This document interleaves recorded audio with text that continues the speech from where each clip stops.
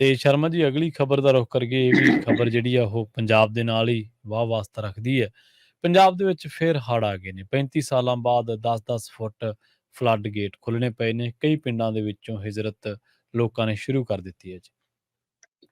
ਪ੍ਰਵੀਨ ਜੀ, ਆਪਾਂ ਲਗਾਤਾਰ ਹੜ੍ਹਾਂ ਦੀ ਸਥਿਤੀ ਦੇ ਉੱਤੇ ਨਜ਼ਰਸਾਨੀ ਕਰਦੇ ਆ ਰਹੇ ਹਾਂ, ਗੱਲ ਕਰਦੇ ਆ ਰਹੇ ਹਾਂ। ਪਿਛਲੇ ਦਿਨਾਂ ਤੋਂ ਜੋ ਵਰਤਾਰਾ ਵਾਪਰਿਆ ਸੀ, ਆਪਾਂ ਉਸ ਦੌਰ 'ਚ ਵੀ ਆਪਾਂ ਬੜੇ ਔਖੇ ਦਿਨਾਂ 'ਚੋਂ ਪੰਜਾਬ ਲੰਘ ਕੇ ਫਿਰ ਮਾੜਾ ਜਿਹਾ ਹਨਾ ਮਤਲਬ ਕਿ ਸੁੱਕਾ ਹੋਣ ਲੱਗਿਆ ਸੀਗਾ ਜਿਵੇਂ ਮਤਲਬ, ਪਰ ਅਚਾਨਕ ਫਿਰ ਬੇਸ਼ੱਕ ਹੁਣ ਪੰਜਾਬ 'ਚ ਮੀਂਹ ਨਹੀਂ ਪਏ ਉਹੇ ਜਿਹੇ, ਕੋਈ ਉਹੋ ਜਿਹਾ ਮੀਂਹ, ਪਰ ਪਿਛਲੇ 4 ਦਿਨਾਂ ਤੋਂ 3.5 ਦਿਨਾਂ ਤੋਂ ਜਿਸ ਤਰ੍ਹਾਂ ਹਿਮਾਚਲ 'ਚ ਮੀਂਹ ਵਰ ਰਿਹਾ ਕਿ ਲਗਾਤਾਰ ਉੱਥੇ ਦੀਆਂ ਜੋ ਘਟਨਾਵਾਂ ਸਾਹਮਣੇ ਆ ਰਹੀਆਂ, ਜਿਸ ਤਰ੍ਹਾਂ ਉੱਥੇ ਜਾਣ ਦੇ ਨਾਲ ਘਰ ਮਾਲ ਦਾ ਨੁਕਸਾਨ ਹੋ ਰਿਹਾ ਤੇ ਜਿਸ ਕਦਰ ਪਾਣੀ ਵੱਡੀ ਮਿਆਦ 'ਚ ਬਹਿ ਕੇ ਮੈਦਾਨੀ ਖੇਤਰਾਂ ਨੂੰ ਆ ਰਿਹਾ ਤੇ ਉਹ ਸਾਡੇ ਡੈਮ ਖਤਰੇ ਦੇ ਨਿਸ਼ਾਨਾਂ ਤੋਂ ਉੱਪਰ ਵਗਣ ਲੱਗੇ ਨੇ। ਤੁਸੀਂ ਦਰੁਸਤ ਫਰਮਾਇਆ ਕਿ 35 ਸਾਲਾਂ ਬਾਅਦ ਅਜਿਹਾ ਸਮਾਂ ਆਇਆ ਕਿ ਦੋਏ ਫਲੱਡ ਗੇਟ ਇਕੱਠੇ ਖੁੱਲਣੇ ਪੈ ਜਾਣ, ਪੌਂਗ ਡੈਮ ਦੇ ਔਰ ਭਾਖੜਾ ਡੈਮ ਦੇ। ਪਰ 35 ਸਾਲਾਂ ਬਾਅਦ ਹੀ ਉਹ ਦਿਨ ਆਇਆ ਕਿ ਸਾਨੂੰ 10 ਫੁੱਟ ਤੋਂ ਉੱਪਰ ਗੇਟ ਖੁੱਲਣੇ ਪੈ ਜਾਣ। ਪ੍ਰਵੀਨ ਜੀ, 1988 'ਚ ਵਾਪਰਿਆ ਸੀ ਇਹ ਸਾਰਾ ਕੁਛ ਏਦਾਂ। ਠੀਕ ਹੈ ਜੀ। 1988 ਤੋਂ ਬਾਅਦ ਹੁਣ 2023 ਦੇ ਵਿੱਚ ਭਾਖੜਾ ਡੈਮ ਦੇ ਫਲੱਡ ਗੇਟ 10 ਫੁੱਟ ਤੋਂ ਉੱਪਰ ਜੀ। ਕੱਲ ਮਤਲਬ 12 ਫੁੱਟ ਤੋਂ ਉੱਪਰ ਖੋਲਣੇ ਪਏ ਕੁਝ ਘੰਟਿਆਂ ਲਈ ਤਾਂ, ਤੇ ਉਹਦੇ ਨਾਲ 1 ਫੁੱਟ ਪਾਣੀ ਘਟਿਆ ਜੀ। ਇੱਥੋਂ ਦਾ ਲਾ ਲਓ 35 ਸਾਲਾਂ ਬਾਅਦ ਭਾਖੜਾ ਡੈਮ ਦੇ 10 ਫੁੱਟ ਜਦੋਂ ਮਤਲਬ ਫਲੱਡ ਗੇਟ ਖੋਲੇ। ਪਹਿਲੇ ਦਿਨ ਆਪਾਂ ਜ਼ਿਕਰ ਕਰ ਰਹੇ ਸੀ, ਉਦੋਂ 2-2 ਫੁੱਟ ਖੋਲੇ ਸੀ, 2 ਫੁੱਟ ਤੋਂ ਸਿੱਧੇ 10 ਫੁੱਟ ਤੱਕ ਜਾਣਾ ਹੈ, ਫਿਰ 12 ਫੁੱਟ ਤੱਕ ਜਾਣਾ। ਇੱਥੋਂ ਦਾ ਲਾ ਲਓ ਕਿ ਪਾਣੀ ਦੀ ਮਦਾਦ ਕਿੰਨੀ ਤੇਜ਼ੀ, ਪਾਣੀ ਆ ਵੀ ਤੇਜ਼ੀ ਨਾਲ ਰਿਹਾ ਤੇ ਪਾਣੀ ਆ ਵੀ ਵੱਧ ਰਿਹਾ। ਦੋ ਹੀ ਚੀਜ਼ਾਂ ਨੇ ਨਾ, ਪਾਣੀ ਦੀ ਆਮਦ 'ਚ ਵੀ ਤੇਜ਼ੀ ਹੈ ਤੇ ਪਾਣੀ ਦੀ ਮਿਆਦ 'ਚ ਵੀ ਮਤਲਬ ਉਹਦੀ ਮਦਾਦ 'ਚ ਵੀ ਤੇਜ਼ੀ ਹੈ। ਸੋ ਇਸ ਲਈ ਉਹ ਦੋਵਾਂ ਦੀ ਉਹਦੇ ਕਾਰਨ ਸਥਿਤੀ ਹੋ ਗਈ ਕਿ ਸਾਨੂੰ 12 ਫੁੱਟ ਤੱਕ ਫਲੱਡ ਗੇਟ ਖੋਲਣੇ ਪਏ। 1678 ਫੁੱਟ ਤੱਕ ਪਾਣੀ ਦਾ ਪੱਧਰ ਪਹੁੰਚਿਆ ਤੇ ਫਿਰ ਜਦੋਂ 12 ਫੁੱਟ ਫਲੱਡ ਗੇਟ ਖੋਲੇ ਤਾਂ 1 ਫੁੱਟ ਘਟ ਕੇ 1677 ਤੇ ਆਇਆ। ਫਿਰ ਉਹਨਾਂ ਦਾ ਲੈਵਲ ਫਿਰ ਫਲੱਡ ਗੇਟਾਂ ਦਾ ਘਟਾਇਆ। ਪਰ ਇਹਦੇ ਨਾਲ ਹੋਇਆ ਕਿ ਜਿੱਥੋਂ ਸਤਲੁਜ ਲੰਘਦਾ ਉੱਥੋਂ ਮਾਰ ਕਰਦਾ ਚਲਾ ਗਿਆ। ਰੋਪੜ ਜ਼ਿਲ੍ਹੇ ਦੇ ਪਿੰਡ ਹੈ ਨਾ, ਚਮਕੌਰ ਸਾਹਿਬ ਇਲਾਕੇ ਦੇ ਪਿੰਡ, ਉਹ ਸਾਰਾ ਖੇਤਰ, ਉਹ ਸਾਰੇ ਕਹਿੰਦੇ ਸਾਨੂੰ ਦੱਸਿਆ ਹੀ ਨਹੀਂ ਗਿਆ। ਸੋ ਕਹਿੰਦੇ ਕਿ ਪਿੰਡਾਂ ਦੇ ਵਿੱਚ ਇੱਕ ਵਾਰ ਫੇਰ ਖੇਤਾਂ 'ਚ ਤਾਂ ਪਾਣੀ ਬੜਿਆ ਖੇਤਾਂ ਤਾਂ ਪਹਿਲਾਂ ਹੀ ਤਬਾਹ ਕਰਕੇ ਲੈ ਗਿਆ, ਤਾਂ ਮਲੀਆਮਿੰਟ ਮੈਦਾਨ ਬਣਾ ਚੁੱਕਿਆ। ਪਰ ਪਿੰਡਾਂ 'ਚ ਘਰਾਂ 'ਚ ਫੇਰ ਪਾਣੀ ਵੜ ਗਿਆ, ਕੱਚੇ ਘਰ ਢਹਿਣ ਦਾ ਖਤਰਾ, ਕਈ ਡਿੱਗ ਗਏ, ਕਈਆਂ ਦਾ ਸਮਾਨ ਫੇਰ ਹੜ ਗਿਆ, ਕਈਆਂ ਨੂੰ ਘਰ ਛੱਡ ਕੇ ਆਉਣਾ ਪੈ ਗਿਆ। ਸੋ ਇੱਕ ਵਾਰ ਅਚਾਨਕ ਹੁਣ ਹਰਜੋਤ ਬੈਂਸ ਜੀ ਜਾ ਰਹੇ ਨੇ, ਦੌਰੇ ਕਰ ਰਹੇ ਨੇ ਹਲਕਿਆਂ ਦੇ, ਪਿੰਡਾਂ ਦੇ ਦੌਰਿਆਂ ਦੇ, ਪਰ ਪਹਿਲਾਂ ਸਰਕਾਰਾਂ ਆਪਸੀ ਤਾਲਮੇਲ ਕਿਉਂ ਨਹੀਂ ਹੁੰਦਾ? ਪ੍ਰਸ਼ਾਸਨਿਕ ਤੌਰ ਤੇ BBMP ਦਾ ਪ੍ਰਸ਼ਾਸਨ ਦਾ ਸਰਕਾਰਾਂ ਨਾਲ ਤਾਲਮੇਲ ਕਿਉਂ ਨਹੀਂਗਾ ਕਿ ਲੋਕਾਂ ਨੂੰ ਇਤਲਾਹ ਕੀਤਾ ਜਾ ਸਕੇ? ਤੁਹਾਡੇ ਕੋਲ ਪਿੰਡਾਂ ਦੇ ਸਰਪੰਚਾਂ ਦੀਆਂ, ਪੰਚਾਂ ਦੀਆਂ, ਥਾਣਿਆਂ ਦੀਆਂ ਸੂਚੀਆਂ ਹੋਣ, ਤੁਸੀਂ ਤੁਰੰਤ ਜਦੋਂ SMS ਉਹ WhatsApp ਗਰੁੱਪ ਅਧਿਕਾਰੀਆਂ ਨੇ ਆਪਣੇ 2600 ਬਣਾਏ ਨੇ, ਤੇ ਇੱਥੇ WhatsApp ਗਰੁੱਪ ਬਣਾਉਣ 'ਚ ਕੀ ਤਕਲੀਫ ਆ ਬਈ? ਇੱਕ WhatsApp ਗਰੁੱਪ ਇਹੋ ਜਿਹਾ ਵੀ ਬਣਾ ਲਓ ਨਾ ਕਿ ਜਿਹੜੇ ਸਤਲੁਜ ਦਰਿਆ ਦੇ ਇਲਾਕੇ ਵਾਲੇ ਪਿੰਡ ਨੇ ਭਾਈ, ਉਹਦੇ ਪਿੰਡ ਦਾ ਲੰਬੜਦਾਰ, ਉਹਦਾ ਸਰਪੰਚ, ਉਹਦਾ ਪੰਚ ਉਹਨਾਂ 'ਚ ਸ਼ਾਮਲ ਹੋਵੇ, ਤੇ ਤੁਰੰਤ ਸੁਨੇਹਾ ਜਾਵੇ ਬਿਲਕੁਲ ਕਿ ਭਾਈ ਪਾਣੀ ਛੱਡਿਆ ਜਾਊਗਾ, ਇੰਨੇ ਫੁੱਟ ਪਾਣੀ ਦਾ ਪੱਧਰ ਵੱਧ ਸਕਦਾ। ADC SDM ਦਾ ਇੱਕ ਸਾਂਝਾ ਨੰਬਰ ਹੋਵੇ, ADC SDM ਬਦਲ ਜਾਵੇ, ਨੰਬਰ ਨਾ ਬਦਲੇ ਉਹਦਾ, ਉਹਨਾਂ ਦਾ ਗਰੁੱਪੋਂ ਸ਼ਾਮਲ ਹੋਵੇ ਉਹ ਨੰਬਰ, ਕਿਆ ਚੱਕੋ ਭਾਈ, ਬੰਦੇ ਦਾ ਤਬਾਦਲਾ ਹੋਵੇ, ਦਫ਼ਤਰ ਦੇ ਐਡਰੈਸ ਦਾ ਤਬਾਦਲਾ ਥੋੜਾ ਹੁੰਦਾ। ਇੱਕ ਫੋਨ ਨੰਬਰ ਪੱਕਾ ਰੱਖੋ ਉਹਨਾਂ ਦੇ ਨਾਂ ਦੇ, ਸੋ ਉਹ ਨੰਬਰ ਇਹਨਾਂ 'ਚ ਐਡ ਹੋਣ। ਸੋ ਇਸ ਲਈ ਅਜਿਹਾ ਕੁਛ ਕੀਤਾ ਜਾ ਸਕਦਾ ਸੀ, ਪਰ ਨਹੀਂ ਹੋਇਆ। ਇਸੇ ਤਰ੍ਹਾਂ ਪੌਂਗ ਡੈਮ ਦੀ ਸਥਿਤੀ ਹੈ। ਪੌਂਗ ਡੈਮ ਦਾ ਅਸਰ ਵੀ ਉਹ ਹੁਸ਼ਿਆਰਪੁਰ ਤੱਕ ਪਾਣੀ ਦੇ ਮਾਰ, ਗੜ੍ਹਸ਼ੰਕਰ ਤੋਂ ਲਾਗੇ ਵਾਲੇ ਅੱਗੇ ਸਾਰੇ ਮਾਰ ਕਰਦਾ ਉਧਰ ਹੁਣ ਗੁਰਦਾਸਪੁਰ, ਪਠਾਨਕੋਟ 'ਚ ਅਲਰਟ ਜਾਰੀ ਹੈ ਜੀ, ਕੱਚੇ ਘਰ ਢਹਿਣ ਦੀ ਸਥਿਤੀ।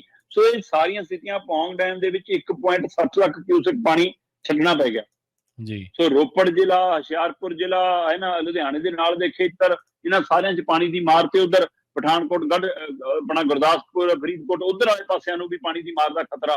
ਸੋ ਪੰਜਾਬ ਇੱਕ ਵਾਰ ਫੇਰ ਹੜ੍ਹ ਦੀ ਸਥਿਤੀ 'ਚ ਦਾਖਲ ਹੋਣ ਜਾ ਰਿਹਾ। ਖਾਸ ਕਰਕੇ ਸਤਲੁਜ ਔਰ ਪੌਂਗ ਡੈਮ ਦੇ ਜਿਹੜੇ ਰਾਹ 'ਚ ਆਉਂਦੇ ਪਿੰਡ ਨੇ, ਉਹ ਤਾਂ ਜੀ ਪੂਰੀ ਤਰ੍ਹਾਂ ਪਾਣੀ 'ਚ ਭਰ ਗਏ ਨੇ। ਇੱਕ ਵਾਰ ਫੇਰ ਉਹਨਾਂ ਪਿੰਡਾਂ 'ਚ ਪਾਣੀ ਮੁੜ ਕੇ ਵੜ ਗਿਆ। ਸੋ ਪੰਜਾਬ ਇੱਕ ਵਾਰ ਫੇਰ ਹੜ੍ਹ ਦੀ ਸਥਿਤੀ 'ਚ, ਔਰ 35 ਸਾਲਾਂ ਬਾਅਦ ਫਲੱਡ ਗੇਟ 10 ਤੋਂ 12 ਫੁੱਟ ਖੋਲਣੇ ਪਏ ਨੇ। ਇੱਥੋਂ ਸਮਝ ਲਓ ਕਿ ਆਉਣ ਵਾਲੇ ਦਿਨ ਹੋਰ ਖਤਰਨਾਕ ਹੋ ਸਕਦੇ ਨੇ, ਕਿਉਂਕਿ ਹਿਮਾਚਲ ਦੇ ਵਿੱਚ 18 ਤਰੀਕ ਤੱਕ ਮੌਸਮ ਵਿਭਾਗ ਨੇ ਜਾਣਕਾਰੀ ਦਿੱਤੀ ਹੈ ਕਿ ਤੇਜ਼ ਮੀਂਹ ਪੈ ਸਕਦਾ, ਜਿਹਦੇ ਵਿੱਚ ਅੱਜ ਦਾ ਦਿਨ ਅਹਿਮ ਹੈ ਜੀ। ਅਗਲੀ ਖਬਰ ਦੇ ਵੱਲ ਵਧੀਏ ਸ਼ਰਮਾ ਜੀ, ਤੇ ਗੱਲ ਕਰੀਏ ਅਕਾਲੀ ਦਲ ਦੀ। ਅਕਾਲੀ ਦਲ ਬਸਪਾ ਨੂੰ ਭੁੱਲਿਆ ਜਾਂ ਫਿਰ ਬਸਪਾ ਨੂੰ ਛੱਡਿਆ ਅਕਾਲੀ ਦਲ ਨੇ?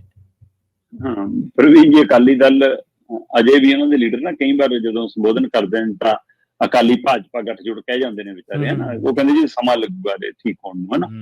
ਪਰ ਬਹੁਜਨ ਸਮਾਜ ਪਾਰਟੀ ਨਾਲ ਹੁਣ ਗੱਠਜੋੜ ਲੰਮਾ ਹੋ ਗਿਆ, ਚੋਣ ਲੜਦੇ, ਸਾਰਾ ਕੁਝ ਹੋ ਲਿਆ, ਹੈ ਨਾ। ਸੋ ਇਸ ਲਈ ਉਹ ਚਾਹੇ ਜਿਮਨੀ ਚੋਣ ਚਾਹੇ ਕੁਛ, ਉਹ ਗੱਠਜੋੜ ਅੱਗੇ ਵਧਣ ਦੀ ਇਹਨਾਂ ਨੂੰ ਆਸ ਮਿਆਦ ਹੈਗੀ ਆ ਜਾਂ ਨਹੀਂ, ਇਹਦਾ ਅਸਰ ਇਸ ਗੱਲੋਂ ਦਿਖਦਾ ਕਿ ਸ਼ਹੀਦ ਕਰਨੈਲ ਸਿੰਘ ਈਸੜੂ ਦੀ ਸ਼ਹਾਦਤ ਨੂੰ ਨਮਨ ਕਰਨ ਦੇ ਲਈ ਇਹਨਾਂ ਨੇ ਸ਼ਹੀਦੀ ਕਾਨਫਰੰਸ ਰੱਖੀ ਸੀ ਖੰਨੇ 'ਚ। ਉਹ ਕਾਂਗਰਸੀ ਵੀ ਗਏ ਪਏ ਸੀ ਉੱਥੇ ਸਾਰੇ, ਉਹਨਾਂ ਨੇ ਵੀ ਉਹਦੇ ਨਾਂ ਦੇ ਉੱਤੇ ਆਮ ਆਦਮੀ ਪਾਰਟੀ ਤੇ ਸਰਕਾਰ ਤੇ ਕੇਂਦਰ ਤੇ ਕਈ ਤਰ੍ਹਾਂ ਦੇ ਨਿਸ਼ਾਨੇ ਬਿੰਨੇ। ਉਸੇ ਤਰ੍ਹਾਂ ਅਕਾਲੀ ਦਲ ਨੇ ਵੀ ਆਪਣੀ ਸ਼ਹੀਦੀ ਕਾਨਫਰੰਸ ਰੱਖੀ ਸੀ, ਤੇ ਉਹ ਸਾਂਝੀ ਕਾਨਫਰੰਸ ਸੀਗੀ ਜਿਹਦੇ ਵਿੱਚ ਅਕਾਲੀ ਦਲ ਔਰ ਬਸਪਾ ਦੀ ਇਹ ਸਾਂਝੀ ਸ਼ਹੀਦੀ ਕਾਨਫਰੰਸ ਸੀ। ਇਹਦੇ ਵਿੱਚ ਦੋਏ ਧਿਰਾਂ ਦੇ ਲੀਡਰ ਸ਼ਾਮਲ ਸੀ, ਦੋਏ ਧਿਰਾਂ ਦੇ ਆਗੂ ਸ਼ਾਮਲ ਸੀ, ਦੋਏ ਧਿਰਾਂ ਦੇ ਵਰਕਰ ਸ਼ਾਮਲ ਸੀ, ਸਮਰਥਕ ਸ਼ਾਮਲ ਸੀ। ਤੇ ਉਸੇ ਦੇ ਵਿੱਚ ਸੁਖਬੀਰ ਬਾਦਲ ਅਕਾਲੀ ਦਲ ਦੇ ਪ੍ਰਧਾਨ ਪਹੁੰਚਦੇ ਨੇ, 28 ਮਿੰਟ ਆਪਣੀ ਤਕਰੀਰ ਕਰਦੇ ਨੇ ਜੀ।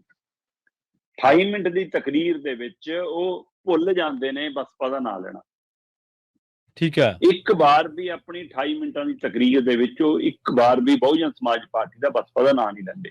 ਹੁਣ ਇਹ ਬਿਲਕੁਲ ਸਵਾਲ ਤੁਹਾਡਾ ਦਰੁਸਤ ਹੈ ਜੀ ਕਿ ਨਾਂ ਲੈਣਾ ਭੁੱਲੇ ਨੇ ਜਾਂ ਬਸਪਾ ਨੂੰ ਛੱਡ ਚੁੱਕੇ ਨੇ ਜੀ, ਕਿ ਉਧਰ ਨੂੰ ਕਦਮ ਵੱਧ ਗਿਆ, ਜਿਹੜੀ ਚਰਚਾ ਬਹੁਤ ਲੰਮੇ ਸਮੇਂ ਤੋਂ ਹੈ ਕਿ ਉਹ ਇਹ ਕਵਾਇਦ ਸਿਰੇ ਚੜ੍ਹਨ ਵਾਲੀ ਹੈ ਜਾਂ ਚੋਣਾਂ ਤੋਂ ਬਾਅਦ ਹੀ ਚੜ੍ਹਨੀ ਹੈ ਕਿ 2024 ਦੀਆਂ ਵੋਟਾਂ ਪਵਾ ਲਓ, ਅੱਡੋ ਅੱਡ ਬਾਅਦ ਚ ਜੱਫੀ ਪਾ ਲਾਂਗੇ।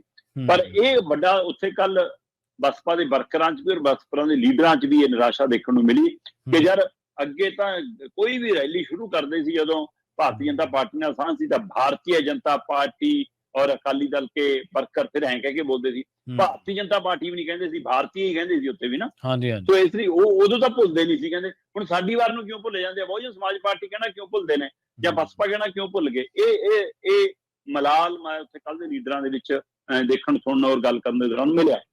ਪਰ ਸੁਖਬੀਰ ਬਾਦਲ ਹੋਰਾਂ ਨੇ ਆਪਣਾ ਨਿਸ਼ਾਨਾ ਆਮ ਆਦਮੀ ਪਾਰਟੀ ਤੇ ਦੱਬ ਕੇ ਰੱਖਿਆ, ਭਾਜਪਾ ਦੇ ਉੱਤੇ ਨਿਸ਼ਾਨਾ ਬੰਨਣ ਤੋਂ ਬਚਦੇ ਰਹੇ, ਉਹਨਾਂ ਦਾ ਨਾਂ ਲੈਣ ਤੋਂ ਜ਼ਿਕਰ ਕਰਨ ਤੋਂ ਬਚਦੇ ਰਹੇ।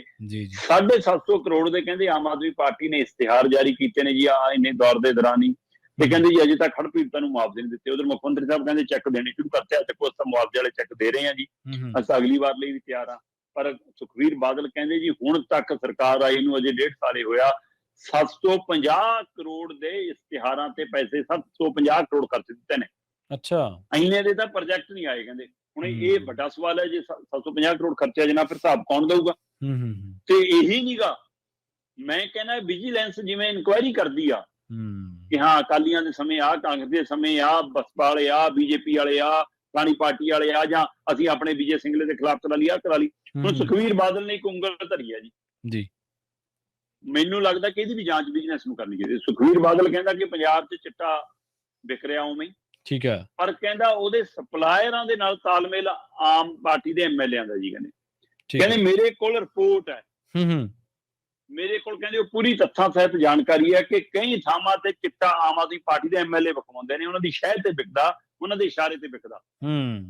ਤੇ ਜੇਕਰ ਇਹ ਰਿਪੋਰਟ ਦਾ ਵਿਜੀਲੈਂਸ ਪਹਿਲਾਂ ਤਾਂ ਸੁਖਬੀਰ ਬਾਦਲ ਨੂੰ ਤਲਬ ਕਰੇ ਜੀ, ਤੇ ਲਾਈਵ ਉਹਦੀ ਟੈਲੀਕਾਸਟ ਕਰੇ ਕਿ ਆ ਜਾ ਭਾਈ ਰਿਪੋਰਟ ਦੇ, ਨਾ ਬੋਲ ਕਿਹੜੇ ਕਿਹੜੇ ਨੇ ਤੇ ਤੱਥ ਦਿਖਾ ਕਿਹੜੇ ਕਿਹੜੇ ਨੇ। ਮਤਲਬ ਜਾਂ ਤਾਂ ਤੁਸੀਂ ਆਮ ਪਾਰਟੀ ਦੇ ਐਮਐਲਏ ਨੂੰ ਬਦਨਾਮ ਕਰ ਰਹੇ ਹੋ, ਇਹ ਸਪਸ਼ਟ ਹੋਣਾ ਚਾਹੀਦਾ।